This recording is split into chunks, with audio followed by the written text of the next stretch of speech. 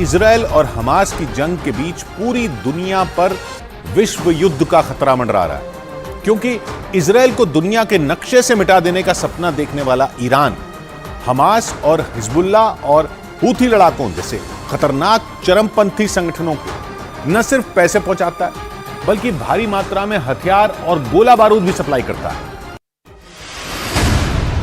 और अगर ईरान में बनाए गए तीनों परमाणु बमों में एक भी इन संगठनों के हाथ लग गया तो दुनिया में कैसी तबाही मचेगी, इसका अंदाजा भी लगाना मुश्किल है। हमास के साथ इजरायल की जंग के दौरान आए दिन ईरान समेत कई मुस्लिम देश इजरायल और अमेरिका को आंखें दिखा रहे हैं और गाजा पर इजरायल के हमलों को उसकी सबसे बड़ी गलती बता रहे हैं। वहीं अमेरिका समेत कई पश्चिमी देश इजरायल के पीछे हथियार और गोला बारूद लेकर पूरी मजबूती के साथ खड़े हैं। यानी अगर परमाणु हथियारों के साथ ईरान जंग में कूदा तो तीसरा विश्व युद्ध शुरू होने में देर नहीं लगेगी, क्योंकि अमेरिका के साथ उसकी दुश्मनी दशकों पुरानी है और बीते कुछ साल से दोनों के बीच जंग की तलवार खिंची हुई है। और इसी वजह से दुनिया को डर सताने लगा कि अमेरिका और इजरायल को रोजाना बदले की धमकी देने वाला ईरान कहीं युद्ध का नया मोर्चा न खोल दे। जंग की दहलीज पर खड़े अमेरिका और ईरान 35 साल पहले भी एक दूसरे से सीधी जंग लड़ चुके हैं, लेकिन गाजा पर इजरायल के हमलों और अमेरिका की इजरायल को खुली मदद से ईरान का खून खौल रहा है और बीते 40 दिन में दोनों एक दूसरे को कई बार जंग की धमकी भी दे चुके हैं। अमेरिका और ईरान में बढ़े हुए तनाव के बीच यूएन की संस्था IAEA यानी इंटरनेशनल एटॉमिक एनर्जी एजेंसी की एक रिपोर्ट ने अमेरिका समेत दुनिया भर के देशों के होश उड़ा दिए। IAEA की रिपोर्ट में दावा किया गया कि ईरान ने करीब 128 किलो यूरेनियम इकट्ठा कर लिया। IAEA के मुताबिक एक परमाणु बम बनाने के लिए 42 किलो यूरेनियम की जरूरत होती है और जितना यूरेनियम ईरान के पास है वो 3 परमाणु बम आसानी से बना सकता है। लेकिन परेशानी उस यूरेनियम की शुद्धता से है। IAEA का मानना है कि परमाणु बम बनाने के लिए यूरेनियम का 90% तक शुद्ध होना जरूरी है, लेकिन ईरान के पास मौजूद यूरेनियम उतना शुद्ध है या नहीं, इसकी सही जानकारी किसी के पास नहीं है। ईरान दुनिया की नजरों से छिपाकर अपना परमाणु कार्यक्रम चलाता है। उसके पास परमाणु कार्यक्रम को दुनिया की शांति के लिए खतरनाक बताते हुए अमेरिका और इजरायल ये दावा कर चुके हैं कि ईरान के परमाणु बम गलत हाथों में चले गए तो दुनिया में महातबाही आ सकती है। हालांकि ईरान के परमाणु कार्यक्रम पर संयुक्त राष्ट्र और अमेरिका की 24 घंटे नजर बनी हुई है और उसी के आधार पर सितंबर महीने में ही अमेरिका के रक्षा मंत्रालय ने दावा किया था कि ईरान के पास 14 दिन के अंदर परमाणु हथियार बनाने के लिए जरूरी तकनीक और बुनियादी ढांचा मौजूद है। यानी वो परमाणु बम बनाने के बेहद करीब है। करीब 22 साल से ईरान परमाणु ताकत हासिल करने की कोशिश में जुटा है। हालांकि 2010 में उसे रोकने के लिए यूएन सिक्योरिटी काउंसिल, यूरोपीय यूनियन और अमेरिका ने कई तरह की पाबंदियां लगा दी थी। यहां तक कि जनवरी 2020 में अमेरिका ने ईरान पर लगाए गए प्रतिबंधों को और ज्यादा सख्त कर दिया था और अमेरिका के वैज्ञानिकों ने अपनी सैटेलाइटों को ईरान के ऊपर नजर रखने के लिए सुपर एक्टिव कर दिया है। जिसके बाद ईरान की न्यूक्लियर साइटों से सामने आई तस्वीरों ने अमेरिका और संयुक्त राष्ट्र के शक को शीशे की तरह साफ कर दिया था। अमेरिका ने सैटेलाइट तस्वीरों के आधार पर दावा किया था कि ईरान पहाड़ी इलाके में सैकड़ों फीट गहरी सुरंगें खोदकर परमाणु हथियार बना रहा है और अपने परमाणु कार्यक्रम से जुड़ी जानकारियां दुनिया से छिपा रहा है। अमेरिका ने ईरान की न्यूक्लियर साइट की जो तस्वीरें जारी की थी, उन्होंने दुनिया की धड़कनें बढ़ा दी थी। दावा किया गया कि दुनिया की नजरों से बचाने के लिए ईरान ने सैकड़ों फीट गहराई में सुरंगें खोदकर अपना न्यूक्लियर प्लांट बनाया ताकि अमेरिका या फिर इजरायल की सैटेलाइट से और मिसाइल हमलों से उन्हें बचाया जा सके। अमेरिका ने दावा किया था कि ईरान ने जमीन के अंदर 260 फीट से 328 फीट की गहराई तक सुरंगें खोदकर न्यूक्लियर प्लांट तैयार किया था। अमेरिका के मुताबिक नतांज में ईरान की सबसे बड़ी न्यूक्लियर साइट है। इस न्यूक्लियर साइट को तैयार करने के लिए ईरान ने जाग्रोस के पहाड़ों के बीच सुरंगें खोदी थी और दावा किया जाता है कि ईरान की ये सुरंगें इतनी गहरी हैं कि इन पर कोई भी हमला बेअसर साबित होगा। यानी ईरान ने पाताल लोक में परमाणु बम बनाने के लिए एक ऐसा प्लांट बना लिया जिसकी भनक तक किसी को नहीं लगी और ईरान अपने ऊपर लग रहे परमाणु बम बनाने के आरोपों को लगातार खारिज करता रहा। और उल्टे अमेरिका पर यह आरोप लगा दिए कि उसने उसके दुश्मनों को हथियार और गोला बारूद की सप्लाई की। हालांकि यूएन की संस्था IAEA यानी इंटरनेशनल एटॉमिक एनर्जी एजेंसी की रिपोर्ट को लेकर अमेरिका और इजरायल ने ईरान पर जोरदार हमले किए और उस पर परमाणु हथियारों के गलत इस्तेमाल का आरोप लगाया। ईरान ने 6 जगहों पर न्यूक्लियर रिएक्टर लगा रखे हैं और वो दावा करता है कि ऊर्जा जरूरतों को पूरा करने के लिए उसने ये न्यूक्लियर प्लांट लगाए हैं। लेकिन दावा किया जाता है कि नतांज और फोर्दो में जमीन के अंदर बनी न्यूक्लियर साइटों पर वो सबसे ज्यादा उच्च गुणवत्ता का यूरेनियम तैयार करता है और दावा किया जाता है कि इन दोनों न्यूक्लियर प्लांट से इकट्ठा किए गए यूरेनियम का इस्तेमाल ईरान के वैज्ञानिक परमाणु बम बनाने में कर रहे हैं। खतरा इस बात का भी है कि ईरान के परमाणु हथियार बना लेने के बाद पश्चिम एशिया में न्यूक्लियर रेस शुरू हो जाएगी, जो पश्चिम एशिया ही नहीं पूरी दुनिया के लिए महाविनाश की वजह बन सकती है। परमाणु बम के साथ ही ईरान ने बीते कुछ सालों में अपनी सैन्य ताकत भी बढ़ाई है, जिससे वो जंग होने पर अमेरिका और इजरायल से सीधी टक्कर ले सके। ईरान ने दावा किया कि उसने ऐसी हाइपरसोनिक मिसाइल तैयार कर ली है जिसकी रेंज में इजरायल के कई बड़े शहर हैं। यानी ईरान ने अपने दुश्मन से भिड़ने के लिए ऐसी मिसाइल तैयार कर ली जो पलक झपकते ही तबाही मचा सकती है। एक रोज पहले ईरान के supreme leader Ayatollah Ali Khamenei ने इन मिसाइलों का जायजा लिया। वो तेहरान में ईरान की सेना की ब्रांच IRGC यानी इस्लामिक रिवोल्यूशनरी गार्ड कोर की तरफ से आयोजित हथियारों की प्रदर्शनी में पहुंचे थे। ईरान के मीडिया के मुताबिक फतह 2 हाइपरसोनिक मिसाइल को IRGC ने विकसित किया है। IRGC ने बताया कि उनकी फतह 2 मिसाइल 16,000 किलोमीटर प्रति घंटा की रफ्तार से उड़ान भर सकती है और दुश्मन पर हमला कर सकती है।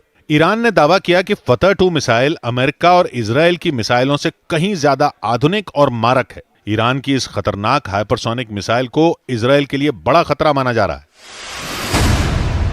गाजा पर हवाई हमलों के दौरान ईरान इजरायल को जंग की खुली धमकी दे चुका है और अपनी मिसाइलों का मुंह उसकी तरफ तैनात करने का दावा कर चुका है। ईरान इजरायल के साथ ही उसका साथ दे रहे अमेरिका को भी खुली धमकी दे चुका है और अगर गाजा में आग लगी तो उसकी लपटें उसे भी जला देगी। यानी इजरायल और हमास की जंग में ईरान सीधे सीधे अमेरिका से भिड़ सकता है। हालांकि इजरायल के अखबार द टाइम्स ऑफ इजरायल के मुताबिक इजरायल के हमास के खिलाफ जंग का ऐलान करने के बाद से पश्चिम एशिया में अमेरिका की सेना पर 30 से ज्यादा हमले हो चुके हैं। इराक और सीरिया में अमेरिकी सैनिकों को वहां के चरमपंथी संगठनों ने निशाना बनाया। इराक और सीरिया वो देश हैं जहां ईरान की तूती बोलती है। इराक तो ईरान का पड़ोसी है, जहां ईरान कई लड़ाकों का समर्थन करता है और वो लड़ाके ईरान के इशारे पर काम करते हैं। वहीं सीरिया इजरायल का दुश्मन है और ईरान का पक्का दोस्त। यानी इजरायल और हमास की जंग का दायरा तेजी से बढ़ रहा है और ईरान के तेवर से माना जा रहा है कि ये जंग और बड़ी हो सकती है। ईरान के समर्थन वाले यमन के हूथी लड़ाकों ने समंदर में एक जहाज हाईजैक कर लिया। दावा किया कि उन्होंने इजरायल का जहाज हाईजैक किया और इसलिए इसे समंदर में इजरायल और अमेरिका को ईरान की सीधी चुनौती माना गया, क्योंकि हूथी लड़ाकों ने डंके की चोट पर दावा किया कि इजरायल का एक जहाज उनके कब्जे में और वो आगे भी लाल सागर में इजरायल के जहाजों को निशाना बनाएंगे, क्योंकि ईरान के समर्थन वाले हूथी विद्रोहियों ने दावा किया कि गैलेक्सी लीडर नाम का इजरायल का जहाज उन्होंने हाईजैक कर लिया। हूथी लड़ाकों ने जिस जहाज को पकड़ा वो तुर्की से भारत की ओर आ रहा था, लेकिन लाल सागर में यमन के नजदीक पहुंचते ही हूथी लड़ाकों ने जहाज को हाईजैक कर लिया और उसे यमन के बंदरगाह पर ले गए। जिसके बाद हूथी लड़ाकों ने प्रेस कॉन्फ्रेंस करके यह दावा किया कि इजरायल का एक जहाज उनके कब्जे में है, जिसका नाम गैलेक्सी लीडर है। और हूथी लड़ाकों का कहना है कि वो लाल सागर में इजरायल के दूसरे जहाजों को भी निशाना बनाएंगे, जिसका मतलब यह हुआ कि हूथी लड़ाकों ने लाल सागर में इजरायल की परेशानी बढ़ाने की तैयारी कर ली। उन्होंने पहले लाल सागर के ऊपर से इजरायल पर मिसाइलें दागी और अब वो इजरायल के जहाजों का लाल सागर से आना जाना मुश्किल करना चाहते हैं।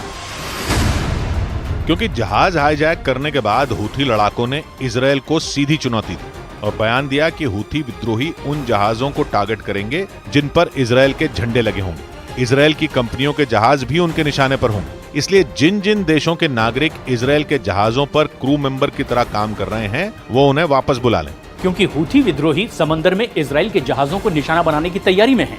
जिसकी शुरुआत उन्होंने गैलेक्सी लीडर नाम के जहाज को हाईजैक करके कर दी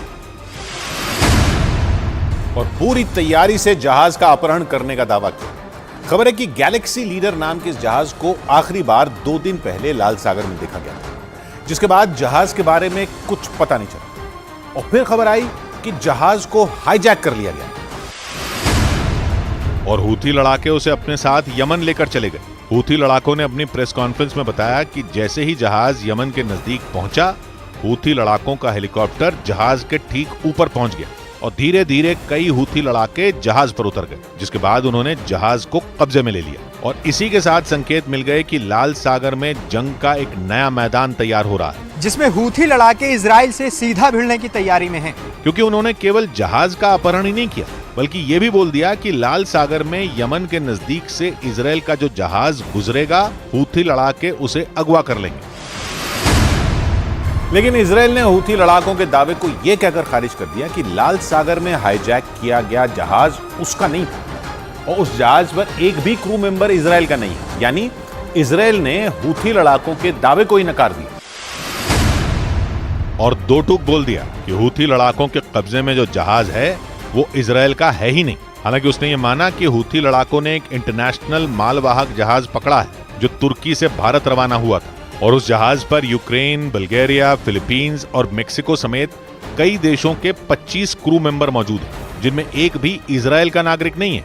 यही नहीं, इजराइल ने कहा कि इस मालवाहक जहाज की मालिक ब्रिटेन की एक कंपनी है और जापान की एक कंपनी इस जहाज को चला रही थी। आसान शब्दों में कहें तो ब्रिटेन के जहाज को जापान इस्तेमाल कर रहा था। ये दावा इजराइल ने किया और हूथी लड़ाकों के इजराइल का जहाज हाईजैक करने के दावे को ही नकार दिया। या यूं कहें कि इजराइल ने ईरान की हूथी लड़ाकों के जरिए उसे घेरने की प्लानिंग फेल करने की कोशिश की, क्योंकि इजराइल ने केवल उसका जहाज हाईजैक होने की खबर खारिज नहीं की, बल्कि इस मामले में ईरान को भी घसीट लिया और दो टूक बोल दिया कि हूथी लड़ाकों का यह कदम ईरान की एक आतंकी हरकत है। यमन के हूथी लड़ाकों के सिर पर ईरान का हाथ माना जाता है और इसीलिए इजराइल ने इस मामले में बेझिझक होकर ईरान का नाम लिया। गाजा जंग के बाद इजराइल और ईरान के बीच का तनाव बढ़ चुका है और जैसे ही खबर आई कि हूथी विद्रोहियों ने लाल सागर में एक जहाज का अपहरण किया है, इजराइल आक्रामक हो गया और नेतन्याहू के कार्यालय का बयान आया कि ये ईरान की एक और आतंकी हरकत है जो समंदर के उन रास्तों पर खतरा बढ़ाती है जहां से अलग अलग देशों के जहाज गुजरते हैं, क्योंकि ईरान के समर्थन वाले हूथी लड़ाके लाल सागर में खुली जंग लड़ने का ऐलान कर चुके हैं और उन्होंने इजराइल के झंडे वाले जहाजों को निशाना बनाने की चुनौती भी दी। लाल सागर में जहाज हाईजैक करने से कुछ घंटे पहले भी हूथी लड़ाकों ने धमकी दी थी। हूथी लड़ाकों ने इजराइल को सीधी धमकी दी और बोल दिया कि वो इजराइल के खिलाफ सैन्य अभियान तब तक जारी रखेंगे जब तक गाजा में जंग नहीं रुकती और इसीलिए उन्होंने ऐलान किया कि वो लाल सागर में इजराइल के जहाजों को बार बार निशाना बनाएंगे। हालांकि इजराइल ने इस बात से मना कर दिया कि उसका जहाज हूथी लड़ाकों के कब्जे में, लेकिन खबर आई कि हूथी लड़ाकों के कब्जे में जो जहाज है वो इजराइल के एक बड़े कारोबारी का है, जबकि इजराइल का कहना है कि हूथी लड़ाकों के कब्जे में जो जहाज है वो ब्रिटेन की कंपनी का है। यानी जहाज किस देश का है, इसी पर पेच फंस गया, क्योंकि हूथी लड़ाके अपनी पीठ ये कहकर थपथपा रहे हैं कि उन्होंने इजराइल का जहाज अगवा कर लिया, जबकि इजराइल ने गैलेक्सी लीडर को अपना जहाज मानने से ही मना कर दिया और दुनिया इस बात पर फंस गई कि हूथी लड़ाकों के कब्जे में जो जहाज है वो असल में किसका है, क्योंकि हूथी लड़ाकों का दावा अलग है और इजराइल का अलग। सारी उठापटक के बीच ये तो पक्का है कि हमास और हिजबुल्लाह के बाद हूथी लड़ाके भी इजराइल का तनाव बढ़ाना चाहते हैं, क्योंकि गाजा में जंग के बाद इजराइल उनके निशाने पर आ गया और वो सीज फायर की मांग करते हुए इजराइल को धमका भी चुके हैं। और पिछले कुछ हफ्तों से दक्षिणी इजराइल के एलट शहर पर मिसाइलों से अटैक कर रहे हैं। हूथी लड़ाकों ने एलट पर ड्रोन से भी अटैक किया था। एक ड्रोन तो एलट में एक रिहायशी इमारत से टकरा भी गया था, जिसके बाद इजराइल अलर्ट हो गया। उसने लाल सागर में अपने जंगी जहाज तैनात कर दिए। न्यूज़ 18 की टीम भी दक्षिणी इजराइल के एलट शहर पहुंची, जहां लाल सागर में इजराइल की नौसेना हूथी लड़ाकों से भिड़ने की तैयारी करती नजर आई। हम लाल सागर के पास मौजूद हैं, इजराइल की सीमा के अंदर। बोट को आप देख सकते हैं लाल सागर में जो इजराइल के हैं, और लगातार सीमा की निगरानी करें। हूथी लड़ाकों ने लाल सागर के रास्ते जब इजराइल पर मिसाइलें दागी थीं, तो अमेरिका भी सावधान हो गया था। उसने हूथी लड़ाकों की कई मिसाइलों को मार गिराने का दावा भी किया था और बाकी का काम इजराइल के एरो 3 मिसाइल डिफेंस सिस्टम ने कर दिया था, जिसे हूथी लड़ाकों के सक्रिय होते ही दक्षिणी इजराइल में सीमा पर तैनात कर दिया गया था। पिछले कई हफ्तों से एरो 3 मिसाइल डिफेंस सिस्टम ने लाल सागर में हूथी लड़ाकों की कई मिसाइलों को मार गिराया, लेकिन हूथी लड़ाके नहीं रुके। उल्टा उन्होंने इजराइल पर हमले तेज करने के संकेत दे दिए, जिसके लिए लाल सागर में जंग का माहौल बनता दिखा, क्योंकि हूथी लड़ाके लाल सागर के रास्ते ही मिसाइलें दाग रहे हैं और इसीलिए इजराइल ने वहां अपने जंगी जहाजों की गश्त बढ़ा दी। अफ्रीका और एशिया को अलग करने वाला लाल सागर हिंद महासागर में एंट्री का रास्ता खोलता है, जिसकी सीमाएं यमन, मिस्र, सूडान, सऊदी अरब और इजराइल जैसे देशों से लगती हैं। इसके पूर्वी छोर पर सऊदी अरब और यमन जैसे देश, जबकि पश्चिमी छोर पर मिस्र और सूडान जैसे देश, और इन सब के बीच इजराइल का भी एक छोटा सा कोना लाल सागर से लगता है, जहां इजराइल का एलर्ट शहर बसा है। हूथी लड़ाकों के निशाने पर दक्षिणी इजराइल का यही शहर है, जिसे इजराइल के सबसे शांत शहरों में गिना जाता है। लेकिन गाजा की जंग की आंच इजराइल के इस शहर तक भी पहुंच गई, क्योंकि इजराइल के खिलाफ हमास का साथ देने के लिए हूथी लड़ाके मैदान में आ गए और यमन की राजधानी सना से करीब 2000 किलोमीटर दूर इजराइल के एलर्ट शहर पर मिसाइलें दागने लगे। यही नहीं, जैसे ही हूथी लड़ाकों ने इजराइल का जहाज हाईजैक करने का दावा किया, हमास का बयान आ गया, जिसमें उसने कहा कि हूथी लड़ाकों का यह कदम तारीफ के काबिल है। जिसका मतलब ये हुआ कि ट्रिपल एच कहे जाने वाले हिजबुल्लाह, हूथी और हमास के लड़ाके एक दूसरे का साथ दे रहे हैं और इन तीनों कट्टरपंथी संगठनों की आड़ में ईरान अपना काम कर रहा है, क्योंकि हिजबुल्लाह को ईरान ने बनाया था। गाजा जंग में ईरान ने हमास का साथ दिया और हूथी लड़ाकों के सिर पर भी ईरान का हाथ है, और इसीलिए कहा जाता है कि ट्रिपल एच जो करते हैं वो ईरान के इशारे पर करते हैं। जैसे ही हूथी लड़ाकों ने लाल सागर में इजराइल से भिड़ने का ऐलान किया, इजराइल ने ईरान पर निशाना साधना शुरू कर दिया, क्योंकि उसे पता है कि हूथी लड़ाकों को हथियार और तकनीक दोनों ईरान से ही मिलती है, और इसीलिए इजराइल ने लाल सागर में जहाज के अपहरण का कनेक्शन सीधा ईरान से जोड़ दिया। यही नहीं, उसने इसे ईरान की आतंकी हरकत बोल दिया। मतलब ये कि इजराइल ने हूथी लड़ाकों को नहीं, बल्कि उनकी आड़ में जंग लड़ रहे ईरान को टारगेट किया, क्योंकि लाल सागर में इजराइल के जहाजों पर संकट मंडराने से सबसे ज्यादा फायदा ईरान को ही हो सकता है, क्योंकि अगर हूथी लड़ाकों का सामना इजराइल से हुआ तो उनसे लड़ने अमेरिका भी आएगा, और हूथी लड़ाके इजराइल के साथ साथ अमेरिका को भी नुकसान पहुंचा सकते हैं। और इसीलिए अमेरिका भी सावधान हो गया। उसने ईरान को मुंहतोड़ जवाब देने की तैयारी भी कर डाली, क्योंकि पश्चिमी मीडिया ने दावा किया कि अमेरिका ने अपने खतरनाक जंगी जहाज को ईरान के पास तैनात कर दिया। उसके खतरनाक बॉमर भी ईरान के आसपास मंडराने लगे, जिसका सीधा मतलब यह हुआ कि अमेरिका की नजर ट्रिपल एच पर भी है और उसके पीछे से पश्चिम एशिया में खेल खेलने वाले ईरान पर भी। और इसीलिए अमेरिका का खतरनाक जंगी जहाज ईरान के पास ओमान की खाड़ी में पहुंच चुका है और ईरान की सीमा से केवल 300 किलोमीटर दूर खड़ा है।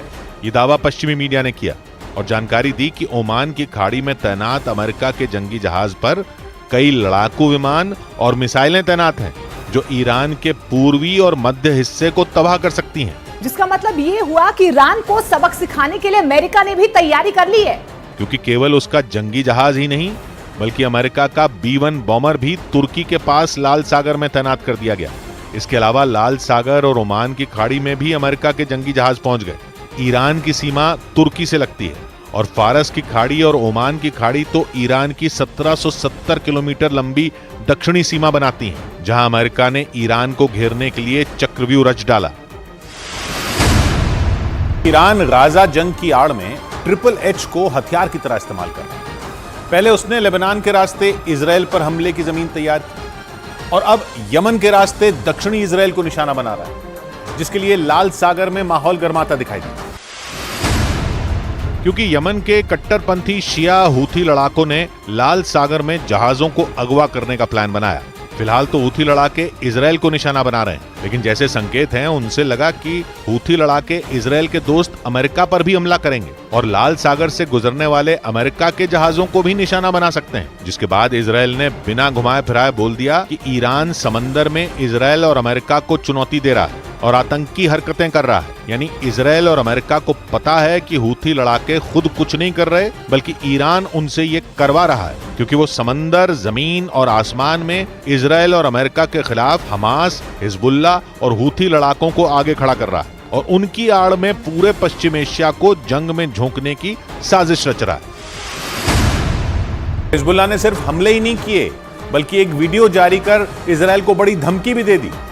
हिजबुल्लाह ने इस वीडियो के जरिए यह बताने की कोशिश की कि उसके लड़ाके सीमा पार करके भी इजराइल की जमीन पर हमले बोलने के लिए तैयार हैं।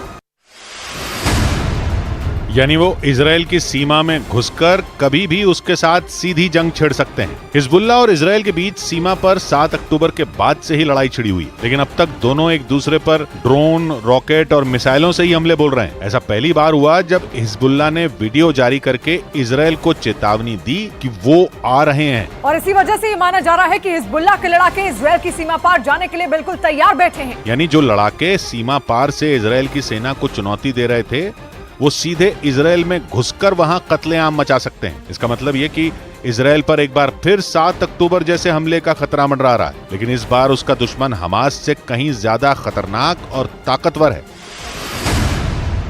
हिजबुल्लाह ने वीडियो जारी कर यह बता दिया कि इजराइल के लिए वो हमास से कहीं बड़ा खतरा है। हिजबुल्लाह के जोरदार हमले की जानकारी खुद इजराइल की सेना की तरफ से दी गई।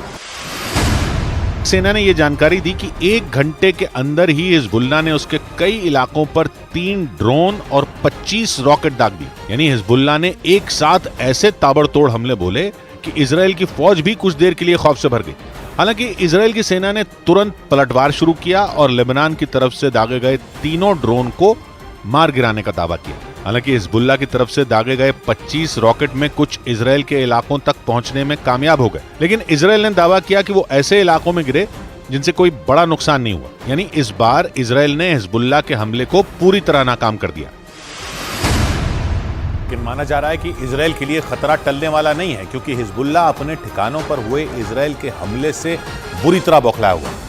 हिजबुल्लाह के हमलों से पहले इजराइल की सेना ने दक्षिणी लेबनान पर एयर स्ट्राइक कर वहां तबाही मचा दी, जिससे भड़का हिजबुल्लाह अब युद्ध का नया मोर्चा खोलने की तैयारी में जुट गया, ताकि वो इजराइल के हमलों का बदला ले सके। क्योंकि इजराइल की सेना ने दक्षिणी लेबनान में अपनी खतरनाक मिसाइलें दागकर वहां बने एल्यूमिनियम प्लांट को तबाह कर दिया। बताया गया कि इजराइल की फौज ने एल्यूमिनियम प्लांट पर ड्रोन के जरिए हमले किए, जिसके बाद वहां जोरदार धमाका हुआ और पूरा इलाका आग की लपटों से घिर गया।